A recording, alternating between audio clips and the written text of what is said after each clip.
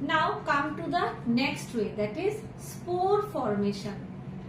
This is the third way involved in asexual reproduction. So in spore formation, how the reproduction happen?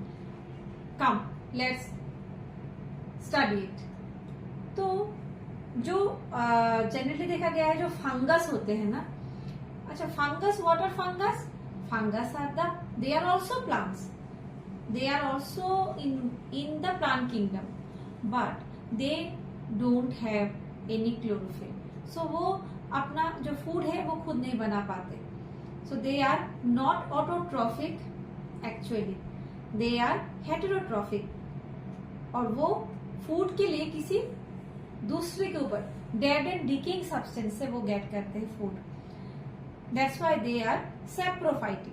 तो वो fungus जो है, fungus इस वे में अपना रिप्रोडक्शन करता है. तो ये है फंगस का जो बॉडी है वो एक्चुअली थ्रेड लाइक होता है और दैट इज कॉल्ड हाइफा. ये जो आप हाइफा देख रहे हैं, ये धागे जैसा, इसको हाइफा कहते हैं. तो इस हाइफा में सडनली एक हाइफा ऐसा इरेक्ट हो जाएगा, सीधा स्ट्रेट ऊपर की तरफ ग्रो करेगा और एक ऐसा स्ट्रक्चर बनाएगा जिसको स्पोरांजियम कहते हैं, जिसके अंदर ये छोटे छोटे स्पोर्स होते हैं. ये जो स्पोर्स है, ये स्पोर्स जब ये स्पोरांजियम फट जाता है, जब वो थोड़ा एजेड हो जाता है, तो मैच्योरिटी के बाद ये स्पोरांजियम फट जाता है और ये फट के ये स्पोर्स निकल के आते हैं जमीन पे. अब एक स्पोर्स मान लो यहाँ पे जमीन पे गिरा, ऐसा एक स्पोर. अब इस स्पोर से एक हाइफा ऐसा ग्रो करेगा.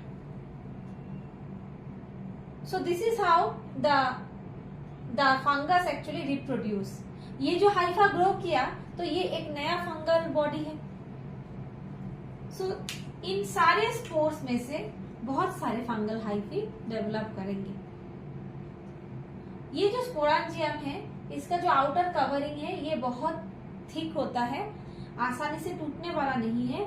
और ये थिक इसलिए भी होता है ताकि ये जो स्पोर्स है इनको वो, जैसे एडवर्स कंडीशन है, जब बहुत ज्यादा हाई टेम्परेचर है, तो इन कंडीशंस में ये इस स्पोर्स को वो सेफ सिक्योर रखता है, इसको सूखने नहीं देता. So students, now you have known that how the asexual reproduction takes place. Asexual reproduction in plants takes place in three ways mainly: budding, fragmentation and spore formation. और ये तीनों मैंने आपके साथ डिस्कस किए हैं. अब आते हैं असेक्सुअल रिप्रोडक्शन का ही अंडर में एक और टाइप का रिप्रोडक्शन आता है जिसको कहते हैं वेजिटेटिव रिप्रोडक्शन या फिर वेजिटेटिव प्रोपागेशन. तो आओ चलो हम जाने वेजिटेटिव प्रोपागेशन क्या होता है. तो dear students, now you have known about the different ways of asexual reproduction and these are budding, fragmentation and spore formation.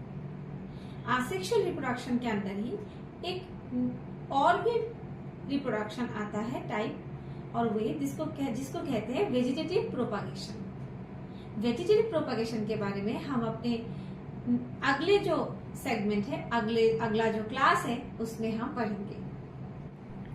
Dear students, अगर आपको मेरी वीडियोस हेल्पफुल लगे और आप वाकई में इससे कुछ सीख पा रहे हो, तो प्लीज मेरा ये चैनल आप लाइक, शेयर और सब्सक्राइब जरूर कर देना और बेल आइकॉन पे प्रेस कर देना ताकि जब भी कोई न्यू वीडियो मैं अपलोड करूं तो आप तक वो पहुंच जाए, आप इसका नोटिफिकेशन जान पाए.